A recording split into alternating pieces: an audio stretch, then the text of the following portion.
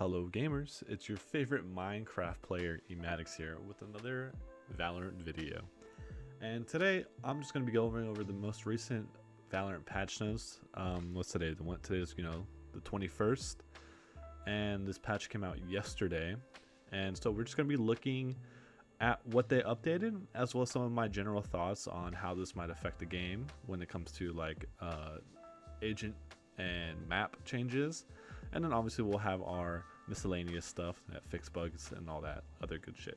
So anyways, I'm just gonna come here, I'm just gonna talk about it and just try to give you guys my inner thoughts. So obviously we can see in the agent update section we have an update to Jett where they nerfed her smoke duration.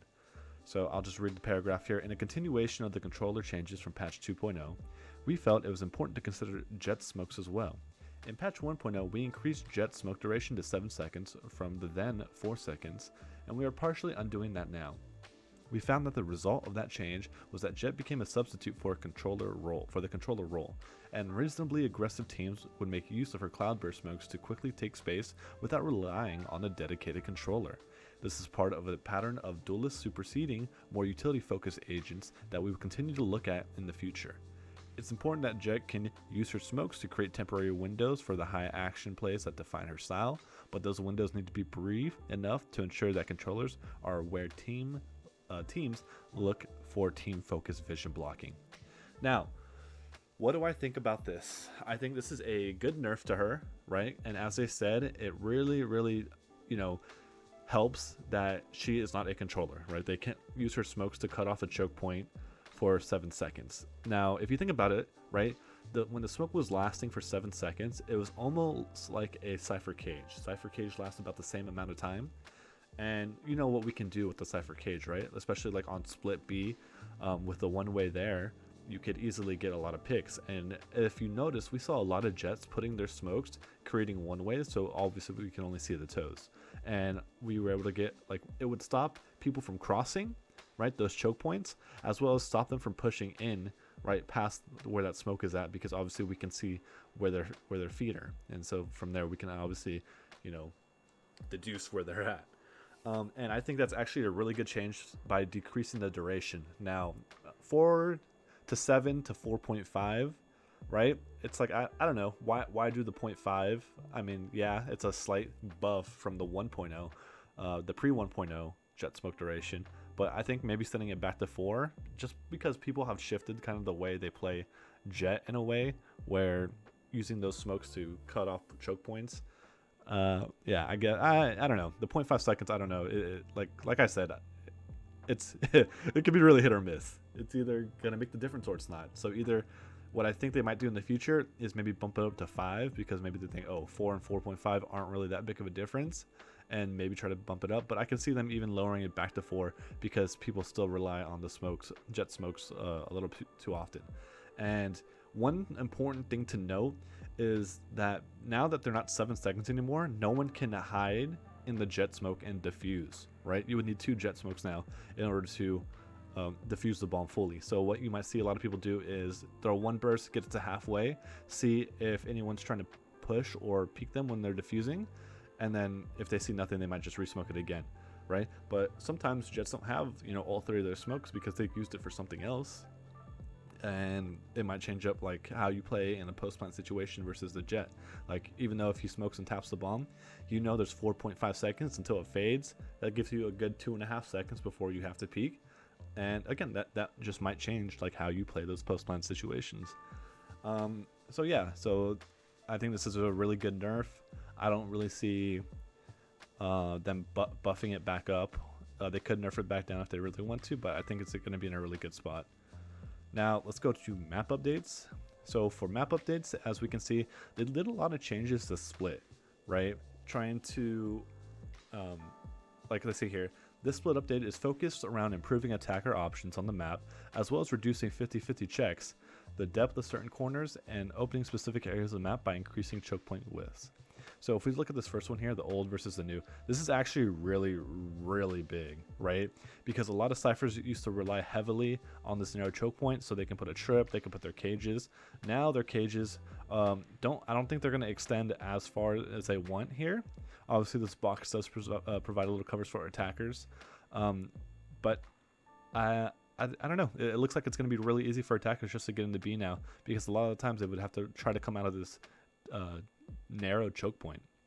So that looks good. Let's look at this one here.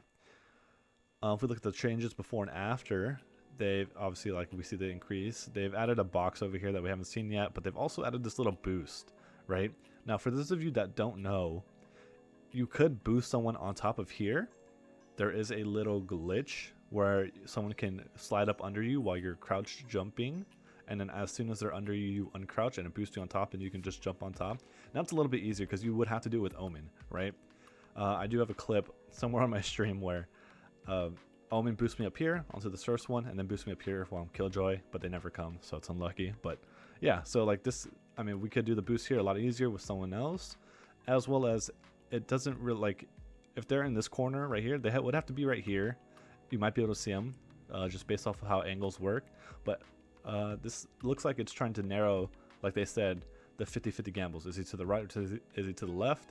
We don't really have to clear too much because it should be a lot easier to clear these angles here, because you can't really hide up here. They'll see you from cover, and back here they might also see you from the cover, but I haven't tested any of this.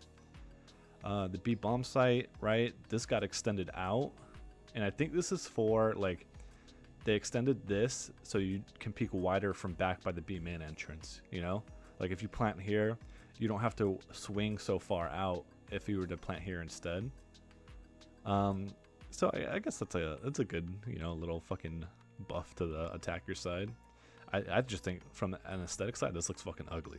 So I don't, like, why couldn't they, like, extend the entire thing maybe? Like, I just think this, like, this one little part sticking out is just really, really ugly. Yeah, but that's just personal preference. And then obviously we have the double stack that I mentioned earlier. This is good cover to hide from the CTs, the defenders, when they're trying to retake, right? This is an extra angle they have to clear. This also provides a little bit of cover for defenders as they're covering, like, okay, so this is actually really, like, this could be really, really hit or miss, okay? And now bear with me on this. Now when I'm Cypher, a lot of the times if they're coming up through B heaven, I'll cage off B main and then play side pillar, right?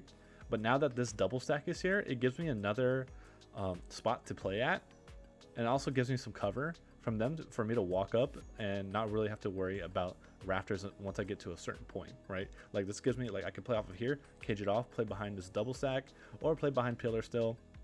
But, you know, it offers good cover for defender, right? Trying to defend from, you know, a heaven hit, or, you know, offensive offender, right? Where they're holding for the retake. So, like, I like that double stack. I really think we're gonna see a lot of good action here. Now let's talk about CT.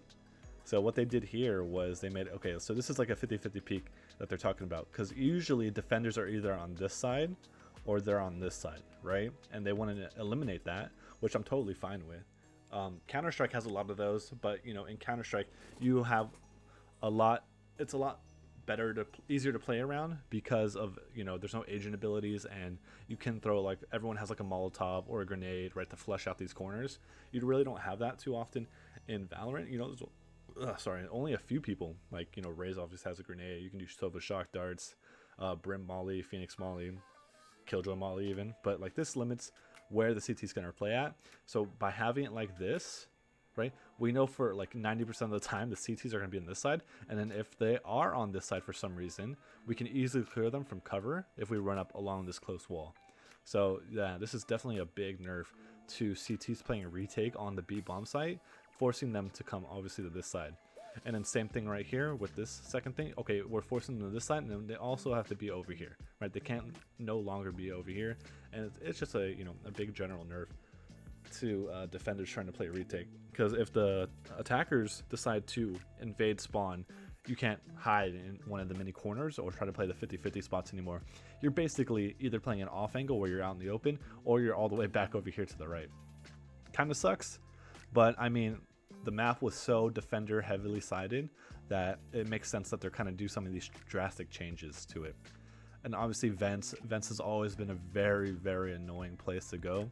And like as we see right in this next one, they've made it so, you know, there's a slight slant here, and because of that we don't have to worry about corners. So like if we were to clear this, right, when we come in through this bigger hallway, we would always clear to this side first, right? Obviously, we could walk up to the left side, right? We can clear this slant corner, and then once we were going to come in, we would pre-aim this right side. Now that we know they can't be in this corner, right? So again, very, very good for attackers. This is this entire map update is really, really good for attackers. Now this one, I don't even know if they want to do. They just simplified it. Feels more open and allows you to push through the clearest area without having to rely heavily on utility. Okay, I see why they did this. So for the reason they did this, right, is maybe you're on defender side, right, and you're trying to push in mid and trying to clear out ramen. Like you don't have to worry so heavily about someone playing at one off angle over here on the right side, right? Now it's like there's a spammable wall. That wall looks spammable, and they have to be crouching right there. So it becomes a little bit easier for you to clear. Or you can walk up this side, right? Clear the left side first, and then jump over or swing around and clear that right side little cubby. So I can see why they did this, and it makes sense. This is I would say it's a slight boost to defenders pushing mid, or attackers coming back, right? And they're worried about someone might have pushed B or it's hiding somewhere in market. Now they don't have to really be that scared. Obviously, there's the cubbies on both sides, but because of the different, the different angles that they're at, you can easily clear them one by one. Especially with this now, when you push over here towards market entrance towards B, you don't really have to gamble if they're right left side. It's very easy to clear right side. Then you can walk up, clear left, like I said, and then just jump over and clear that cubby. I mean, I guess this could be like applying the same concept as the market one, just making the cubby here a little bit shallower. But I don't think this is really a big problem. And if you come down to walk here, obviously you can clear this without having to peek too deep. So again, this is like a slight defender buff, slight attacker, re-cleared, buff as well. This one I actually like a lot. This one, oh man, this is actually going to change the name of the game for A. A Heaven has become wider, which is really, really good for attackers, because going through this narrow choke point, right, has always been such a big pain in the ass. Because one, they could be hiding behind this box, they could be hiding in this corner right here, they could be back here waiting for you to push in, they can be top ropes, right? It's so hard to try to get A Heaven control without having like 3 people there to back you up. And even if you have 3 people there to back you up, there's a good chance you guys could all get mowed down. So that, oh my god, this actually opens up so much. And I can't wait to play a split competitively. There's actually a strat I ran where we get a flash here from spawn, and it'll definitely blind that guy. So I'll probably make that in an upcoming video, show you guys what that strat looked like. Right here, people can't really hide in this cubby too much. I don't think I saw too much of a problem, except when attackers came in, they would have to peek really, really far. Now they just have to peek a little bit further back, a little bit shallower to see that corner. And again, a good attacker buff, defender nerf. This is really good. Okay, so this is really good for retakes. Okay, because the reason why this is so good for retakes is because defenders, when they would come through this choke point right here, you have to gamble. Is this guy hiding in this right cubby, or is he hiding elbow? Now with this wall here, this rounded wall, we can clear elbow first, and then we can come clear this right side. So again, this is a really big defender buff right here on the retake. So we might see a lot of teams opting to play. I mean, a lot of teams did play retake A, but now we might see them opt to do a lot more and have a lot more success coming out of screens, right? Because all they have to do now is smoke off A main, right? Flash out to the left here, right here, or throw some kind of utility. They can peek this first, peek that, and then they basically come out, right? They don't get really bottled down into this choke point anymore. So that looks like it's it for the split changes. I like them a lot, and I can see some people have been telling me that, attacker side feels a lot easier. And honestly, it makes sense based off these changes. Now let's go to some competitive updates. Added ability to hide custom game results from match history. Many of you, especially pros, have asked the ability to not show custom game match history results so that they can practice without other players scouting their strategies. We wanted to ship this feature ahead of challengers so you can practice without this concern. That's really big, right? As anyone that's played on a team, sometimes you can't play out, right? Or sometimes you can't switch sides in the cheats and then restart the game to hide it. This just makes it simpler. We try to get through our scrims as fast as possible. Love to see it. This is just a great quality of life update. Social updates. The add friend button now exists for teammates only, and the option of adding enemy players has been removed. Any teammates with privacy streamer mode enabled will not have the add friend button near their name. Queue restrictions for AFKing in game and during pregame have changed. We want to make sure that folks have connectivity issues aren't harshly penalized, but those who are purposely AFKing receive harsher penalties. With that, we will be adding AFK forgiveness for a certain number of rounds, but repeated extended occurrences will be penalized with higher queue restrictions. Again, both of these great quality of life updates. Last thing you want is people hiding. Get like, the big top name streamers, Jason R, some pros, Shot Up, who else, Hiko, right? Anyone that streams that's a big name, they want their privacy. They don't want to be, spam with a whole bunch of friend requests trying to figure out who they are. Again, great quality of life. And then AFK penalties are always great. Hate people that, int and decide to throw games by just AFKing, and they didn't get punished for it. Now they get punished for it, and you love to see it.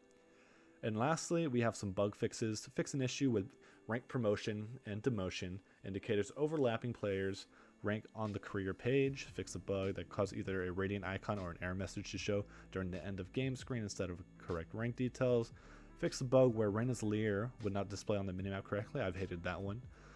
Fix the bug where credits wouldn't be properly refunded after selling a gun that a teammate bought. Excellent. Fuck yeah. That's actually so big because people have been so scared to sell guns because they're like, oh, it's a 50-50. Is it going to give us their credit back or not? Fix a bug where off-screen flash VFX would display incorrectly. Fix a bug where Phoenix's starting location would be briefly displayed on the minimap after being killed and run it back. I've seen that. Very annoying. Fix an issue where Omen's reforming VFX didn't line up with where he actually appeared when using Shrouded Step. Fix Jet being able to trigger the defuse sound while dashing. Fix Omen being able to trigger the defuse while teleporting. Okay, I saw that one on Reddit the other day, so that's good they fixed it. Fix issue that caused Yoru's fake out decoy to persist in the world after his death. Fix issue where Razor's boombot could be placed through some walls. Annoying. Fix issue where Omen could have his gun equipped while forming from the shadows. I've seen that one. That's also a pretty funny clip if you guys haven't seen it. Resolve regross number UI. It's not updating as Sky used the ability. Fix fire rate stacking issue when a player is on Brimstone Stimpack while another ends. And then finally, fix Sky not properly showing the callout region she's in. Okay, so these were all great bug fixes that have been troubling competitive players, high ranked elo players, low elo players, right, for a long time. This 2.01 update, in my opinion, was probably one of the best updates they could have done in a while, right? I love everything they did with it. Couldn't ask for more. The only thing I'm waiting for now is for more of their controller changes that they're going to make in the future. Hopefully we see it maybe next week or in a couple weeks from now. And yeah, that's it. So guys, I just want to read out the patch notes for you guys, as well as give you guys some of my thoughts on what they did. So if you like some of this, let me know in the comments down below, and I will try to make more videos of this. All right guys, thanks for watching, and I'll see you guys next time. Pokemon, Mega Evolution, Science, Cockfighting.